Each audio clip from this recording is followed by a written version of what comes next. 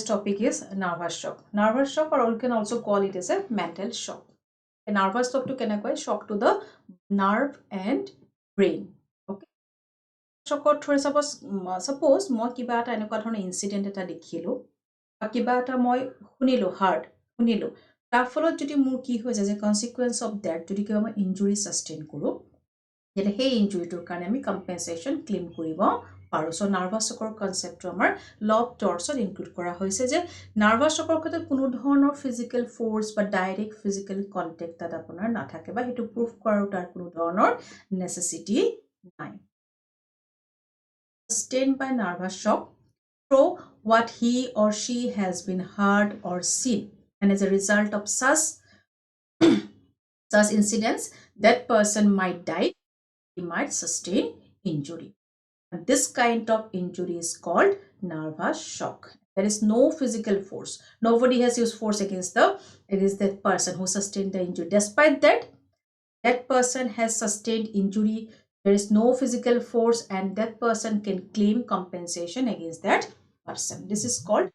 as shock. That কোনো ধৰণৰ physical force আমাৰ ইয়াত নাথাকে. Okay. Now, nervous আমাৰ ল অফ টৰ্টত নাৰ্ভাছ শকটো ৰিকগনাইজ কৰিছে পাৰ্টি কম্পেনসেশন ক্লেইম কৰিব পাৰে বাট যেটো ওল্ড কমন লয় কিন্তু এই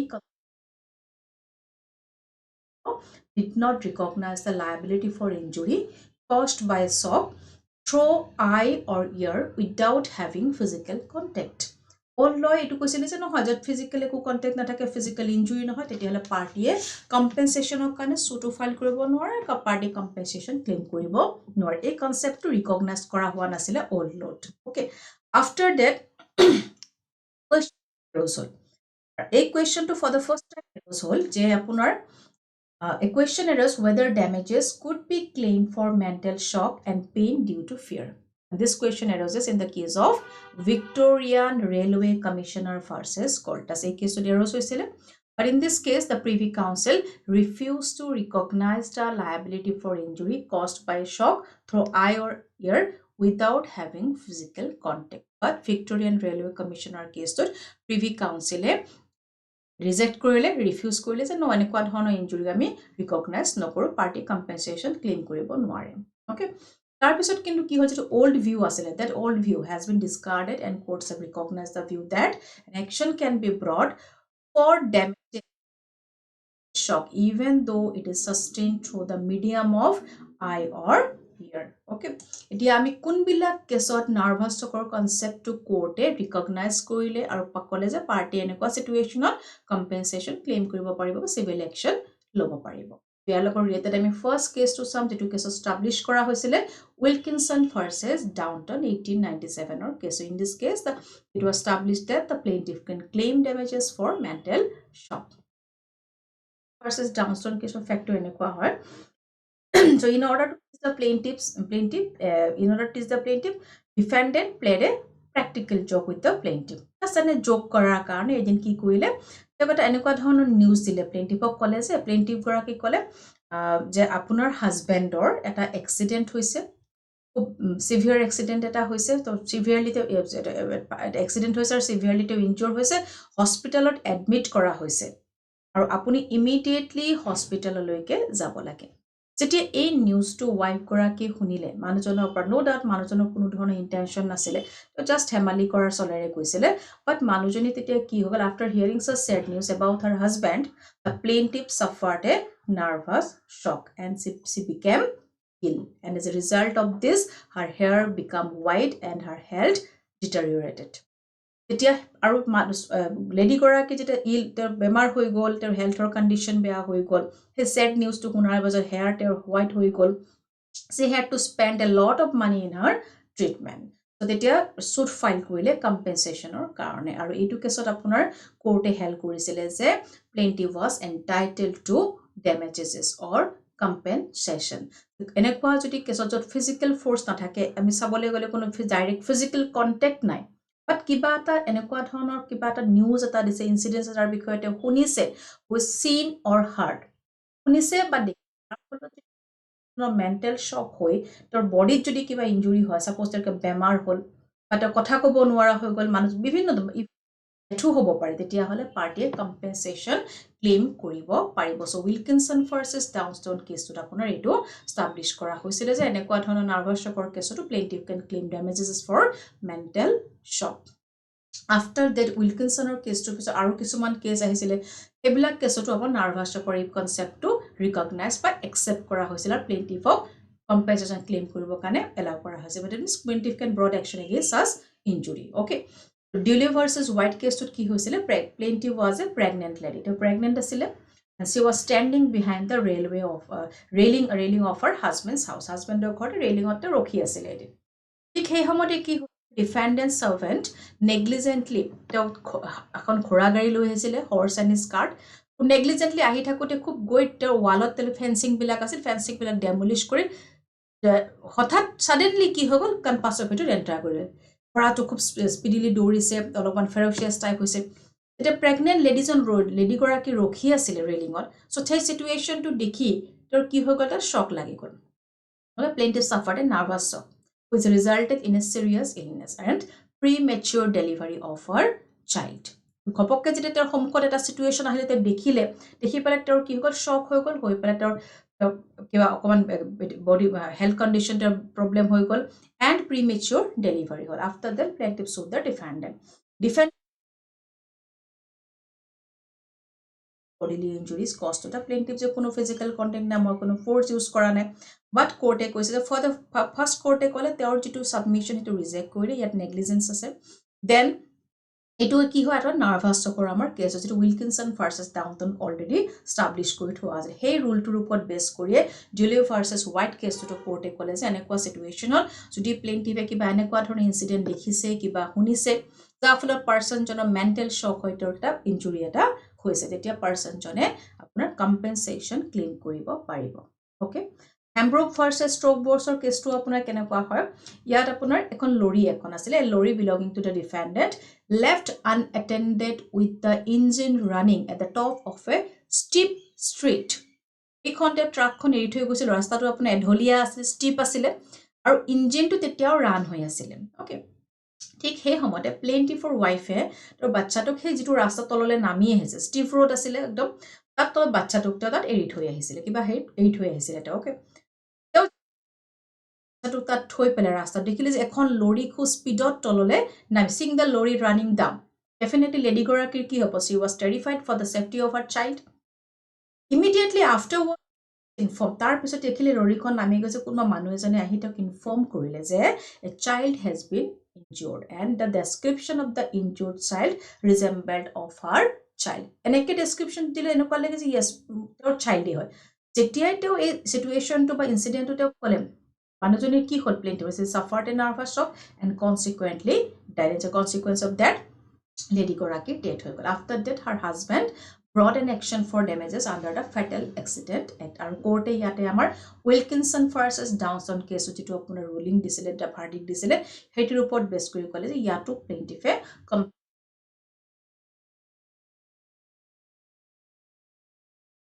য়ং যিটো কেছ আমাৰ সেই কেছটোৰ ফেক্টটো কেনেকুৱা আছিলে plaintiff was a wife of a fisherman alighted from a tram car এখন আহিছে ট্ৰাম কাৰৰ পৰা তেওঁ নামিলে তেওঁৰ ষ্টপেজ পেলাই নামি পেলাই তেওঁৰ যিবিলাক বাস্কেট আছিল লৈ পেলাই তেওঁ গৈ আছিলে তেওঁ অলৰেডি তেওঁ ট্ৰাম কাৰৰ পৰা নামি তেওঁ বাস্কেটবিলাক লৈ তেওঁ গুচি গৈছিলে অ'কে এই আপোনাৰ ট্ৰাম কাৰৰ পৰা নামি ছাপ'জ এইখন আপোনাৰ ধৰিলোঁ মই এইখন আপোনাৰ ছাপ'জ ট্ৰাম কাৰখন ইয়াৰ পৰা লেডিগৰাকী নামি তেওঁ এনেকৈ বস্তু লৈ পেলাই গুচি গ'ল ইন দ্য মিন টাইম যেতিয়া তেওঁ বস্তুখিনি লৈ পেলাই তাৰ পৰা তেওঁ গুচি গ'ল ট্ৰামকাৰৰ পৰা অপজিট ছাইডৰ পৰা এখন আহিছিলে আপোনাৰ মটৰ চাইকেল এই মটৰ চাইকেলখন আহি পেলাই ট্ৰাম কাৰখনত আপোনাৰ খুন্দা লাগি পেলাই মটৰ চাইক্লিষ্টজনৰ আপোনাৰ তাতে স্পট ডেথ হৈ গৈছিলে অ'কে অলৰেডি লেডিগৰাকী আপোনাৰ ছাপ'জ ইয়াৰ পৰা এক্সিডেণ্ট স্পটৰ পৰা গৈ তেওঁ অকণমান দূৰত গ'ল তেওঁ দূৰত গুচি গৈছিল গৰাকী কি শুনে চাউণ্ড এটা তেওঁ শুনিছিলে অ'কে চাউণ্ড এটা তেওঁ শুনিছিলে চাউণ্ডটো এটা এফেক্ট কৰা নাছিলে ইন দ্য গৈ আছে চাউণ্ডটো শুনিলে যেতিয়া মানুহজনৰ ইয়াত স্পট ডেথ হৈ গ'ল ডেড বডিটো লৈ গ'ল কিন্তু ইয়াত ব্লাডবিলাক ইয়াত পৰি আছিলে লেডিগৰাকী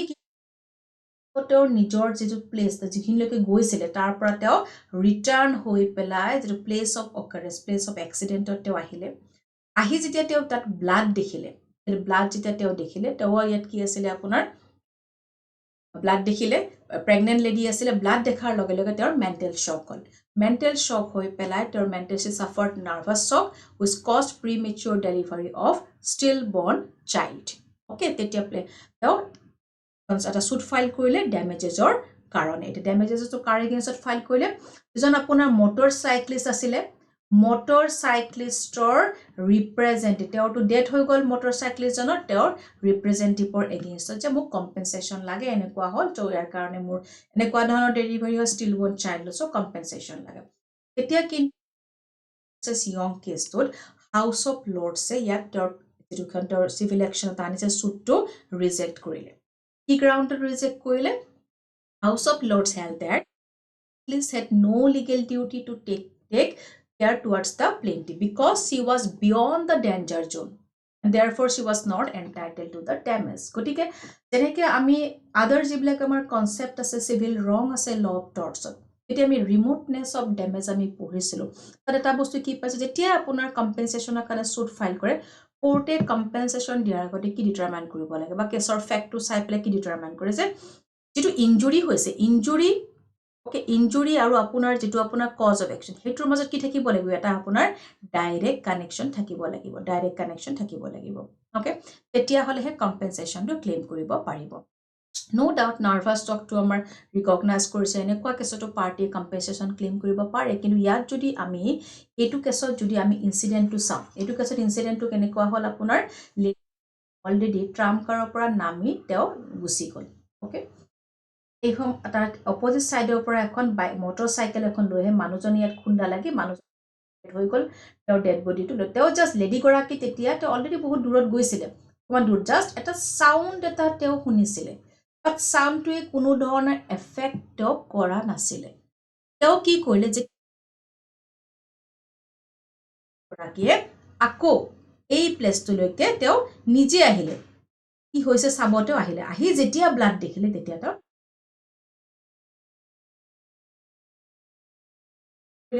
যদি আমি কেছৰ ফ্যাক্টটো চাবা কোৰ্টেও চাই পেলাই ক'লে যে the court said that although the accident occurred due to the negligence of the motorcyclist but the plaintiff was far away from the place of the accident কিন্তু plaintiff গৰাকী place of accidentৰ পৰা বহুত দূৰত আছিলে যেতিয়া সাউন্ড কোনো ধৰণৰ nervous shock বা মেণ্টেল শ্বক ক্ৰিয়েট কৰা নাছিল আকৌ লেডি গৰাকী কি কৰিলে ৰিটাৰ্ণ হৈ এক্সিডেন্ট প্লেছলৈকে নিজে আহিলে আহি পেলাই তেওঁ দেখিলে ব্লাড দেখি পেলাই তেওঁৰ নাৰ্ভাছ শ্বক হৈ গ'ল তেতিয়া কোৰ্টে সেই কাৰণে ক'লে যে এটো সিচুৱেচন আমি ক'ব নোৱাৰো যে এক্সিডেন্টৰ কাৰণে যেটো দেখিলে দেখি তেওঁৰ as a consequence of that directly আমি কাৰণ লেডি গৰাকী অলৰেডি গুচি গৈছিল নিজে তেওঁ এক্সিডেন্ট প্লেছত আকৌ তেওঁ ৰিটাৰ্ণ হৈ আহি চালে সাউন্ডটো এটা কোনো ধৰণৰ এফেক্ট কৰা নাছিল গতিকে তেওঁ ইয়াত কম্পেনসেশন ক্লেম কৰিব নোৱাৰে ওকে যদি নহয় লেডি গৰাকী যেতিয়া আপোনাৰ ট্ৰাম্প কাৰখনত আছে তেতিয়া যদি আহি মটৰ সাইক্লিষ্টজনে যদি আপোনাৰ সাপোজ তেওঁ ট্ৰাম্প কাৰখনতে বহি আছে লেডি গৰাকী ওকে ট্ৰাম্প কাৰখনতে বহি আছে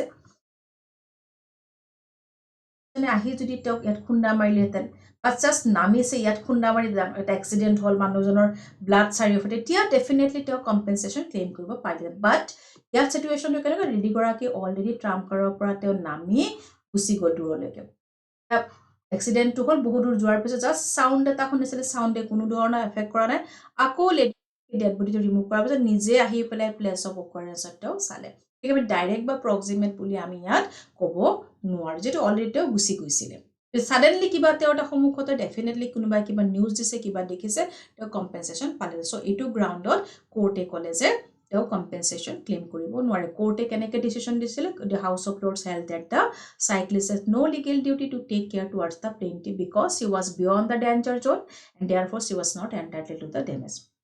court also said that the accident occurred though the accident occurred due to the negligence of the cyclist but the plaintiff was far away from the place of the accident suppose main ইনসিডেন্টটো আৰু কনসিকুৱেন্সটো মাজত কেনেকুৱা ধৰণৰ relation আছে হেতুৰ ওপৰত base কৰি compensation দিব নে নিদিব হেতু ডিটাৰমাইন কৰিব গতিকে আমি দেখিলো আপোনাৰ ৰিকগনাইজ কৰা নাছিলে যেনেকুৱা ধৰণৰ যদি কিবা মেন্টেল ইনজুৰি হয় আপোনাৰ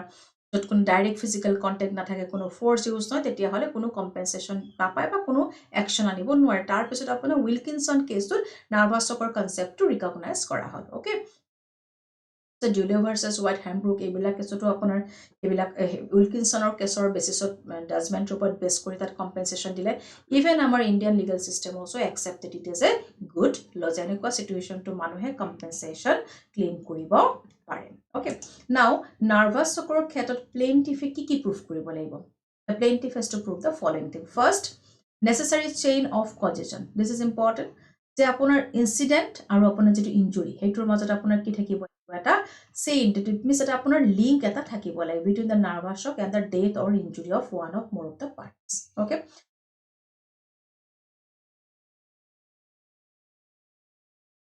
সিং অৰ হিয়াৰিং, যে কেনেকৈ হৈছে, মই কিবা এটা শুনিছোঁ, কিবা এটা দেখিছোঁ, মই কিবা মোৰ সন্মুখত এটা ইনচিডেণ্ট হৈ গ'ল ছাডেনলি, বা কিবা এটা নিউজ দিছে বা মই কিবা এটা শুনিছোঁ, আৰু এজ এ কনচিকুৱেঞ্চ এটা হৈছে। ইয়াত কোনো ফিজিকেল ইঞ্জুৰি বা ফিজিকেল প্ৰুফ কৰাৰ কোনো নেচেচিটি নাই। Okay, then his proximity to the accident was sufficiently close in time and place, যেটো এইমাত্ৰ just now আমি বৰ্ণ হিলৰ কেছটোত আমি ডিছকাছ কৰিলোঁ যে প্ৰক্সিমিটি, ডেট মিনছ এক্সিডেণ্ট আৰু ইঞ্জুৰিটোৰ মাজত কি থাকিব লাগিব? এটা আপোনাৰ ডাইৰেক্ট এটা ৰিলেশ্যন, যে প্ৰক্সিমিটি, য়েছ এইখিনি টাইমত হৈছে, এইখিনি প্লেছত হৈছে। যদি আমি বৰ্ণ হিল কেছটো যদি আমি ক'লোহেঁতেন যে ট্ৰাম্প কাৰৰ পৰা নামিলে, ঠিক এইখিনি সময়তে ট্ৰাম্প কাৰৰ পৰা নামাৰ লগে লগে জাষ্ট নামিছে ইয়াত এক্সিডেণ্ট, তেতিয়া ডেফিনেটলি টাইম এণ্ড প্লেচ গোটেইখিনি কি আছিল? প্ৰক্সিমেট আছিলে, একেলগে হৈছিলে বস্তু। কিন্তু যেতিয়া লেডিগৰাকী বহুত দূৰত অলৰেডি গুচি গ'ল, চাউণ্ড শুনিছে, চাউণ্ডে কোনো ধৰণে এফেক্ট কৰা নাই, ডেড বডি লৈ গ'ল, তেওঁ নিজে আকৌ প্লেচটোত আহিছে, তেতিয়া সেইটো আমাৰ টাইম এণ্ড প্লেচৰ মাজত স্পেচৰ মাজত গেপ এটা ৰৈ গ'ল, তেতিয়া সেইটো আপোনাৰ প্ৰক্সিমেট নহয় বুলি কয়। তেনেকুৱা কেছত কম্পেনচেশ্যন ক্লেইম কৰিব নোৱাৰে। অ'কে, আৰু যেতিয়া আপোনাৰ নাৰ্ভাছ শ্বকৰ ক্ষেত্ৰত কম্পেনচেশ্যন ক্লেইম কৰিব, তেতিয়া প্লেইনটিফজনে আপোনাৰ যিবিলাক নেগলিজেঞ্চৰ আমাৰ এলিমেণ্টছ হয় সেইবিলাকো প্ৰুভ কৰিব লাগে, যে মানুহজনৰ ডিউটি টু টেক কেয়াৰ আছিলে, তেওঁ ডিউটিটো তেওঁ ব্ৰিজ কৰিছে, গাড়ীখন এনেকৈ চলোৱা নাই, নেগলিজেঞ্চটো প্ৰুভ কৰিব লাগিব। আৰু নেগলিজেঞ্চৰ ফলত যিটো ইনচিডেণ্ট হ'ব, সেই ইনচিডেণ্টৰ যে ডাইৰেক্ট কনচিকুৱেঞ্চত আপোনাৰ ইঞ্জুৰিটো হৈছে, সেইটো প্ৰুভ কৰিব লাগিব। গতিকে আমি গম পালোঁ নাৰ্ভাছ শ্বকত কোনো ফিজিকেল ইঞ্জুৰি বা ডাইৰেক্ট ফিজিকেল কণ্টেক্ট নাথাকে, মেণ্টেল শ্বকৰ থ্ৰুৰে যদি পাৰ্চন এজন তেনেকুৱা ধৰণৰ চিটুৱেশ্যন ক্ৰিয়েট হয়, দে কেন claim compensation. Positive physical harm and the nervous shock, the distinction between the physical harm and the nervous shock, it is important হয়, আৰু এই বস্তুটো ডিছকাছ কৰিছিলে, distinction between the physical harm and the nervous shock, it is discussed in the case of White versus Chief Constable of South Yorkshire. সেই কেছত আমাৰ এই বস্তু physical harm and nervous shockৰ মাজত distinctionটো ডিছকাছ কৰা হৈছিলে। So this is all about nervous